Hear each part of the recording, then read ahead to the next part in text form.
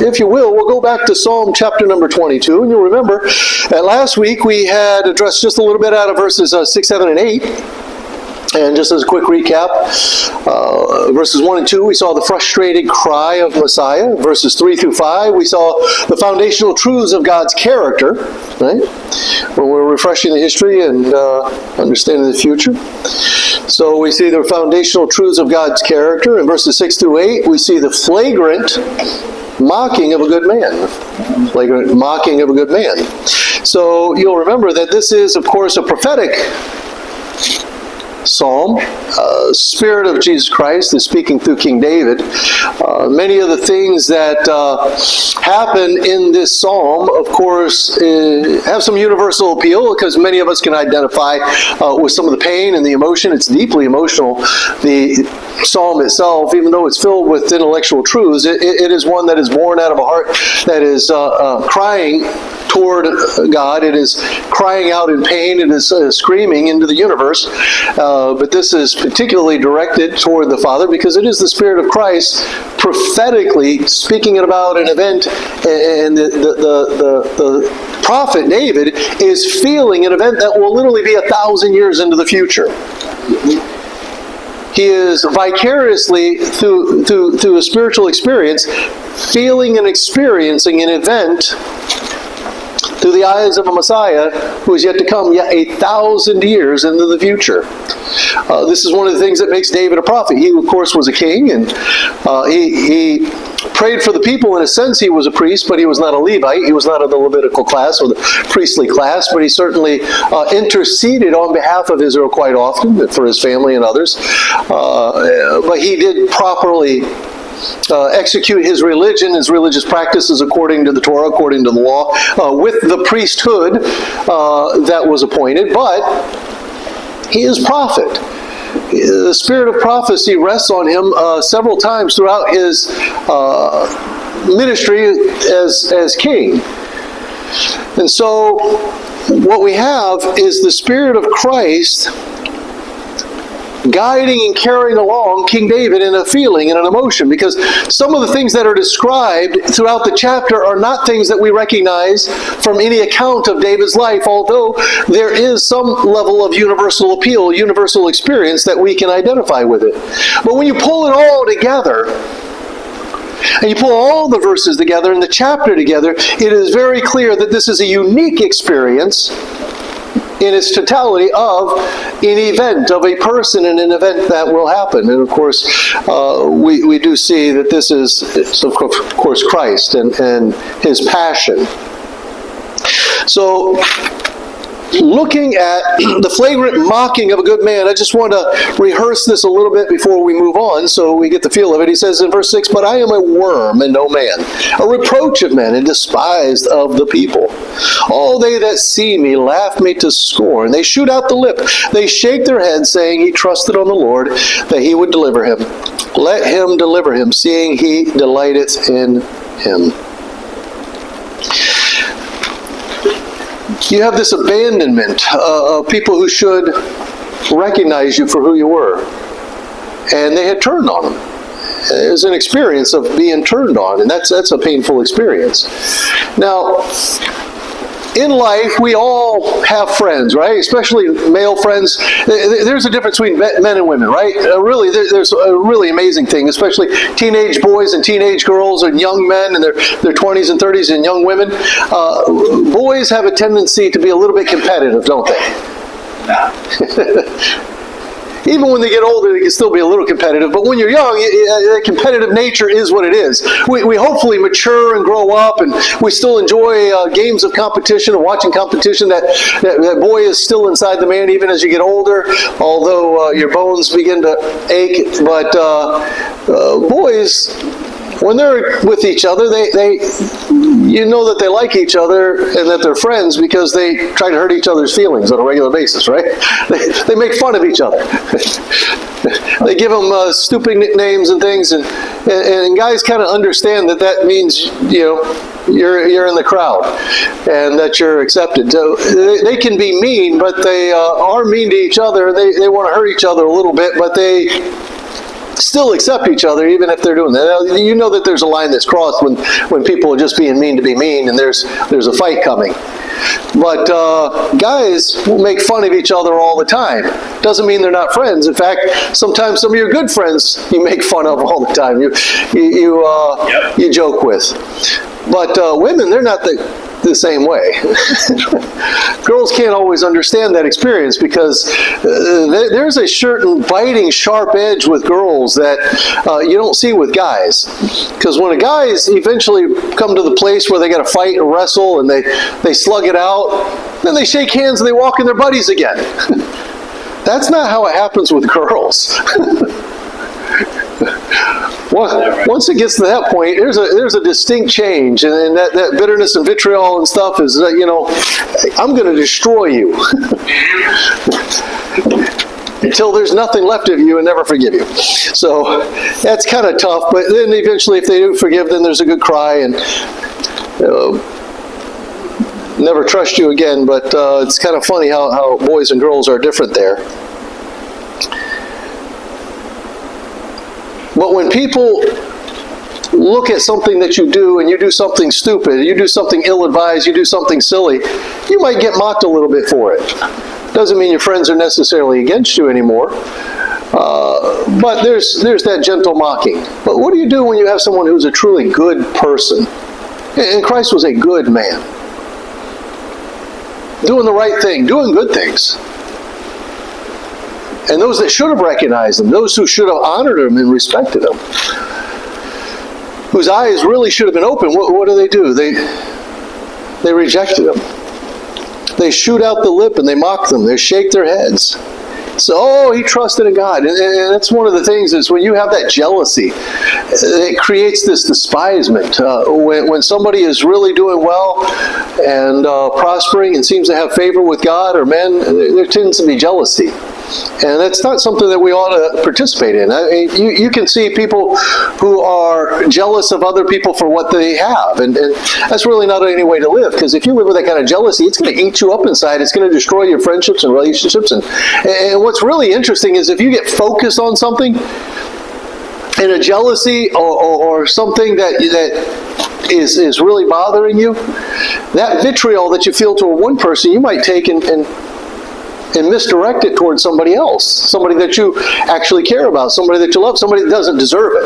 And that happens a lot of times in relationships, husbands and wives, they get bent out of shape by something. A guy is at work and he's not got the promotion he wants, or he hasn't got favor with the boss. He's being treated like the redheaded stepchild, and he feels a little bit powerless because he's in a position where he's got debt, he can't quit his job, and he's being humiliated, and it's just through the little things, and it's just rubbing him wrong. And what he can do is in a situation where he's got to sit and eat, and every once in a while an excrement sandwich at work, and believe me, all of us end up having to eat one of those, a dirt sandwich. It's the nature of life, isn't it?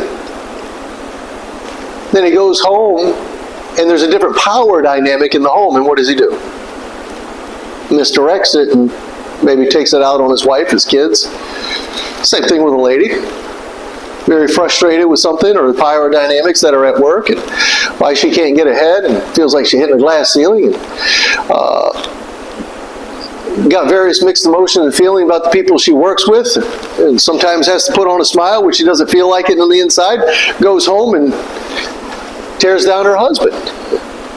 Maybe he's more of a gentle man that doesn't defend himself very much, and because she can't take advantage of that power dynamic at work because she's stuck, she goes home and takes advantage of a different power dynamic and tears down somebody who really doesn't deserve it. A man that just shows up, shows out, shoves off, and comes home and loves her and just wants peace in the home, and that vitriol will come out and leak out. We do that on a regular basis, don't we?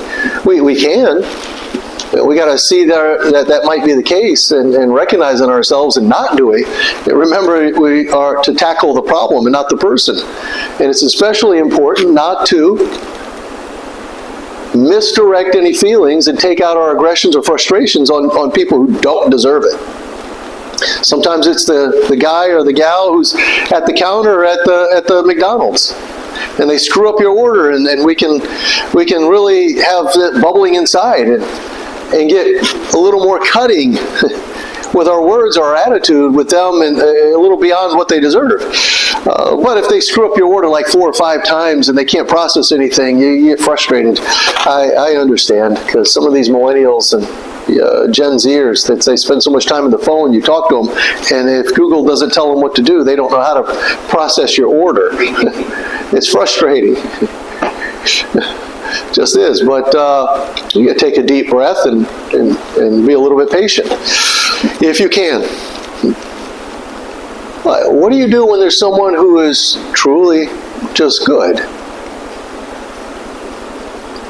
And there's a jealousy there because of that relationship with God. And you might find that at work or at home, in certain relationships in a family, extended family reunions, your relationship with God, and you're not trying to be better than anybody else, you're just trying to be better than you were.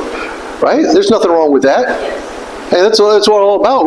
Christianity is the ultimate self-improvement with the help of God, because God is the one who does that improvement in your life. And you do some change, and you're not trying to be better than your friends, not trying to be better than your family. You're not trying to be a better than you type of person. You're just trying to be better than you used to be. Yeah. Well, people don't always interpret it that way, do they? No. In fact, you've come a long way from the person you used to be. And sometimes these people in your life are a little bit jealous, and they don't like to see you change. And what do? They hold something against you that you did 5, 10, 15 years ago. God's forgiven you, you've forgiven you, you've moved on, you're a better person, and they can't let it go. In fact, they won't let it go. Even you didn't even do it to them.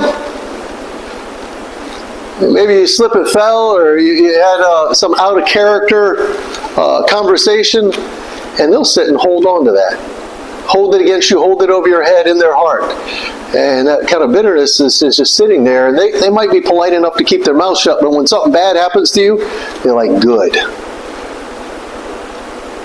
Something that happens to you bad that you didn't even bring on yourself, right? Just life dishes it out. You find yourself as a victim of unfortunate circumstances in a job or work or disease or something that happens in your home with your kids, and they're like, in their hearts, just good. And you're at another family gathering, a reunion, an event, a wedding or something, and they look by and they know something about you, and they know that you're going through a hard time in their life. They just feel a little bit better that you've been knocked down a peg. Even though you're not trying to be anything that God doesn't want you to be. You're not thinking about them. You're not tearing them down or anything, but they'll knock you down a peg. And it's a tough thing when we're holding that in our hearts. And people hold that in their hearts against you. Jesus was a truly good man. And there were a lot of religious folks who were very jealous of him.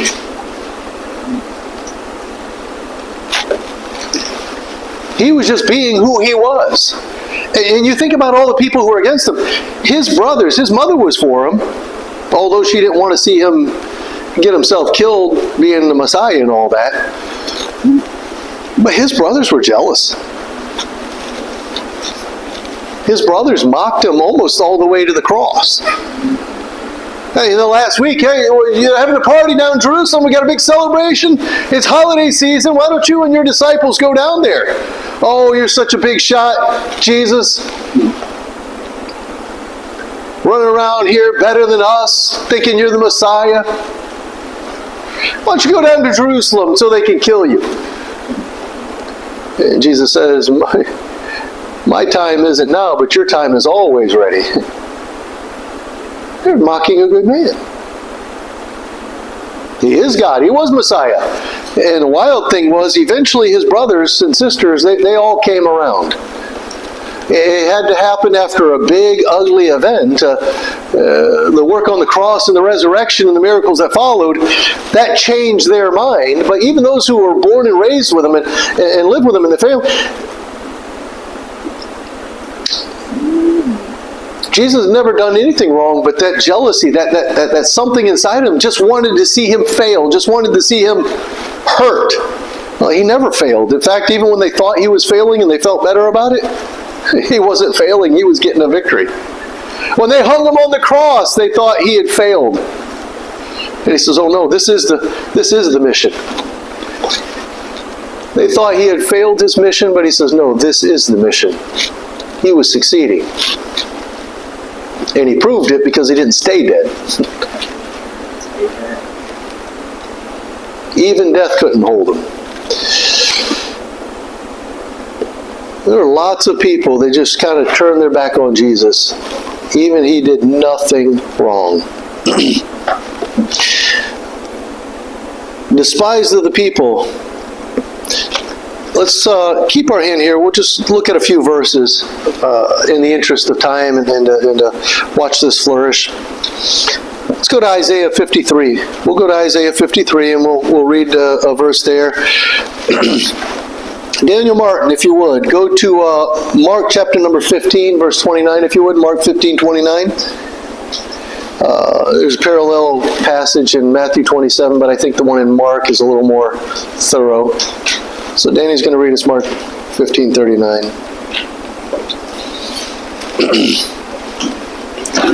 And Isaiah 53:3. Who's got Isaiah 53:3? All right, Heidi. Verse 3, Isaiah 53:3. He despised and rejected and made of stars and painted it as it were objects of he despised and misused. Now that's a pretty important verse because chapter 52, verse 13 says what, Seth? Read me the last three verses of chapter 52, Seth. Of Isaiah.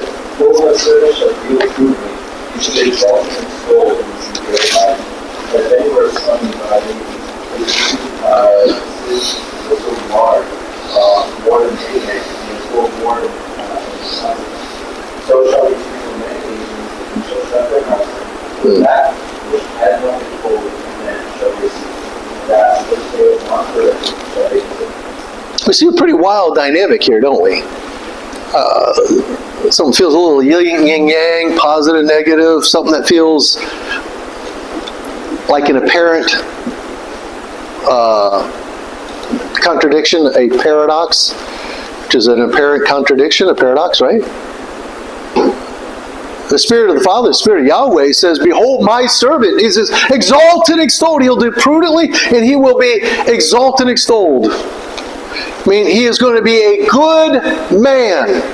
He shall deal prudently. He will be wise. Everything he says and does will be right. And as a result, he shall be exalted and extolled. And the nations, the pagans, the Gentiles, even kings among the Gentiles, they will shut their mouths at him. Kings, the funny thing about a king is they're the one person in an empire that has the right to say anything they want to anybody they want, and you're going to take it. Because kings have the power of life and death, and when a king is humbled before a great power, that tells you something, right? Kings will shut their mouths at him.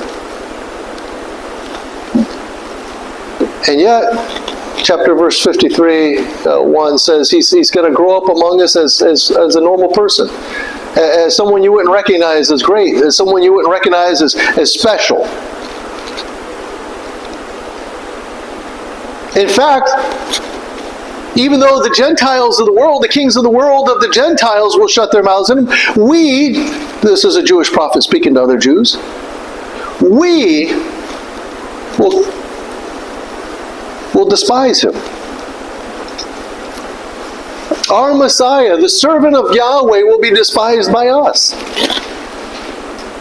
He shall be stricken, smitten of God, and afflicted. And we will think that, hey, he's getting what he deserves. Right? That's what it says. God has already established that his chosen servant is a good man, and yet the people he sent among will think that he is somehow not a good man. And that all the ill that befalls him is somehow God punishing him. And God is punishing Jesus. God is punishing Messiah. But not for his own sins, right?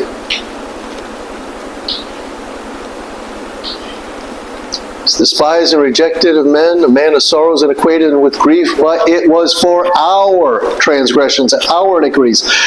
By his stripes we are healed, but our sins are laid on him, and he's being punished for us. That's pretty profound. And what's more profound is the fact that the spirit of that's in the prophet recognizes that he, representing Isaiah, representing the Jewish people, and speaking in concert for them, he says, "We will reject him. We will despise him." We're going to shake our heads at him. There's a couple more verses in Isaiah that speak to this as well. And Isaiah 41 and 49. So we got Isaiah 41. Turn over a couple chapters. Isaiah 41, verse number 14.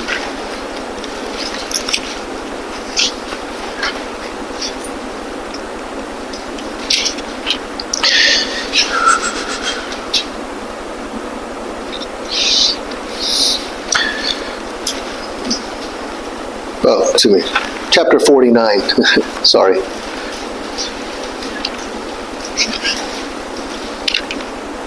There we go. Chapter 49. Thus saith the Redeemer, just saith the Lord, the Redeemer of Israel and his Holy One. To him whom man despiseth, to him whom the nation abhorreth, to a servant of rulers, kings shall see and arise. Princes shall also worship because of the Lord that is faithful, and the Holy One of Israel, and he shall choose thee. That's right after verse number 6, which we recognize pretty clearly, right? Look at verse number 5 and 6. Verse 5, and now saith the Lord that formed me from the womb to be his servant, to bring Jacob again unto him, through Israel, though Israel be not gathered, yet shall I be glorious in the eyes of the Lord, and my God shall be my strength. And he saith, It is a light thing that thou shouldest be my servant to raise up the tribes of Jacob and to restore and the preserved, or the remnant, or the elect of Israel.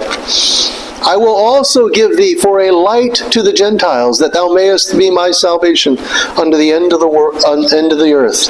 Thus saith the Lord, the Redeemer of Israel and his Holy One, to him of whom man despiseth, to him whom the nation abhorreth, to a servant of rulers. I mean, these are really wild verses, right? Because it seems like they're sending somewhat mixed messages, but they're not. Daniel, read your verse out of Mark chapter 15. And they that passed by railed on him, wagging their heads and saying, thou that destroyed the temple and buildest it in 3 days. Yeah. They're wagging their heads. They're walking by Jesus hanging on the cross and says, you're mocking him. You said you would destroy the temple and rebuild it in 3 days. And they shake their head. That mocking motion, just like the passage here says, they'll shoot out the lip and they'll shake the head, saying he trusted on the Lord. Another passage says, he trusted in God. Let's see if God will come save him now. Maybe he's calling out to Elijah when they hear him saying, Eli, Eli, lama sabachthani. Oh, he's calling out to Elijah. He was calling out to my God, why hast thou forsaken me? Which fulfills the first verse in this particular prophecy of Psalm 22. He says, whoa, he's calling out Elijah. Let's see if Elijah comes down and saves him. They didn't have much confidence that Elijah was going to come save him, right? They didn't have any confidence that God was going to come save him. He was hanging there on the cross, and the devil and his crowd were feeling their oats.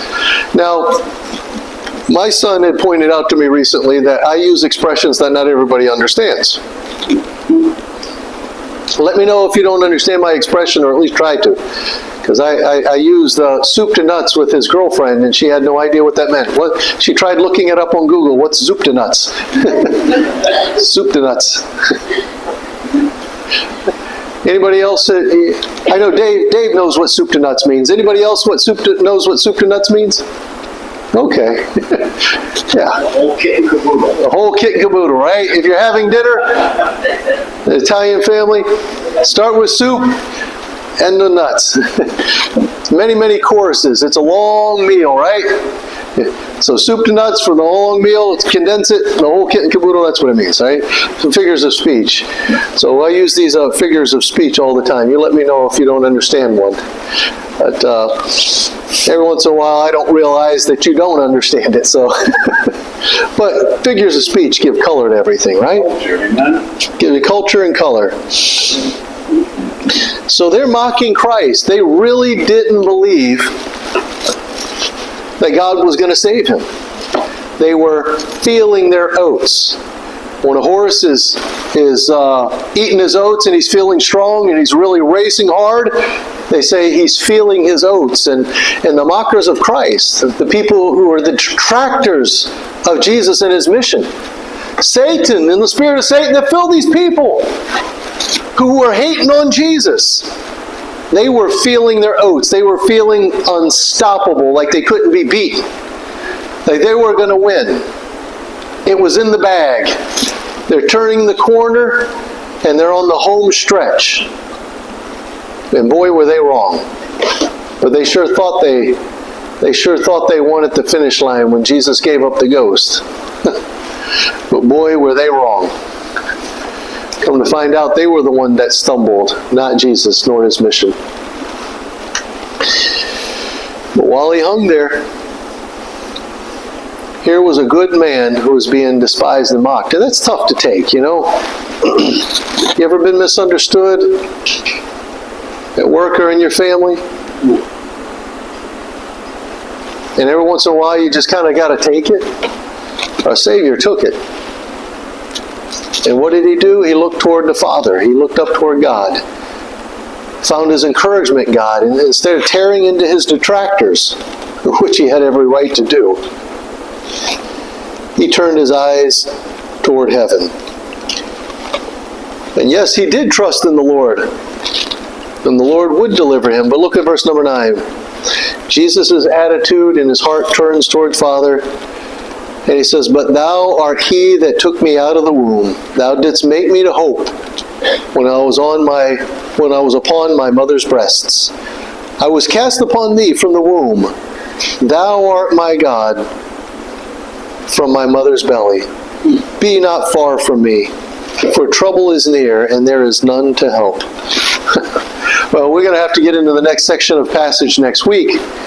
But before we close up here in the next couple minutes, I just want to take an opportunity for you, if there's something you'd like to share or add or contribute to the thoughts this morning, specifically about the thoughts this morning.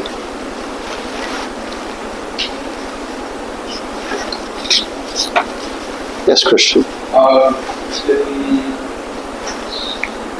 In verse 5, and with his stripes we are healed. With his stripes, did it mean like what he had gone through, like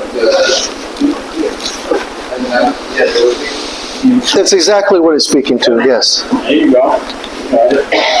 It's exactly what it's speaking to.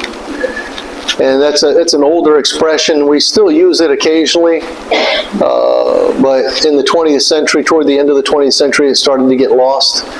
But to be given stripes was you were beaten with a whip. But the figure of speech was to be given stripes. Not to be confused with earning your stripes in the military, which is a different thing. But to be given stripes means you were beaten with a whip. Yeah, good question. I wanted to say that the life of people who didn't accept Jesus, it would be much better if they would understand that he's the Messiah, he's a special person. Mm-hmm. But what that knowledge would help them after his death. I mean, yes, they understood that they were wrong, but time passed already, and that knowledge didn't help them before. Mm-hmm. their life would be better. Yes. They would accept me. Yeah. Yeah, no, you're right. And some of the Jewish folks were in fact converted after the resurrection. They had that powerful testimony, the whole experience of personally knowing him, like his family. Of course, his whole family was Jewish, but his family were all converted to him after his resurrection. The Apostle Paul was converted, and there were many people who were detractors. It surely seems that the Nicodemus we see in chapter 3 of John, which we're just wrapping up here, chapter 3 to chapter 4, Nicodemus, by the time that Christ had died and was buried, Nicodemus seems to have been converted to Christ in his heart as well, and worked with Joseph of Arimathea to secure the body and to get it properly buried and to get it properly embalmed. But for Nicodemus, that was a pretty big thing for him to put his life and reputation on the line in the light of such a hot situation where there's such hard feelings against Christ, even among the class that he worked among, really shows a good deal of where Nicodemus's heart was. And in tradition, early Christian tradition states that Nicodemus had indeed become a convert after the resurrection as well. So you do have a good deal of folks who did, but you have a lot of people who should see but don't. And you got to wonder, because Jesus is everything he said he was, everything he's cracked up to be, and even seeing clearly, they don't convert, they don't let God save them, and their lives would be much, much better if they did. You're right. Sin is holding very strong. Yeah, especially Yeah. Yeah. because parents and grandparents go to the kids, Mm-hmm. and it's hard for them to break that. The generational sins? Yeah. Yes, generational sins. That's another good topic for another day because we're out of time. But I share your burden on that.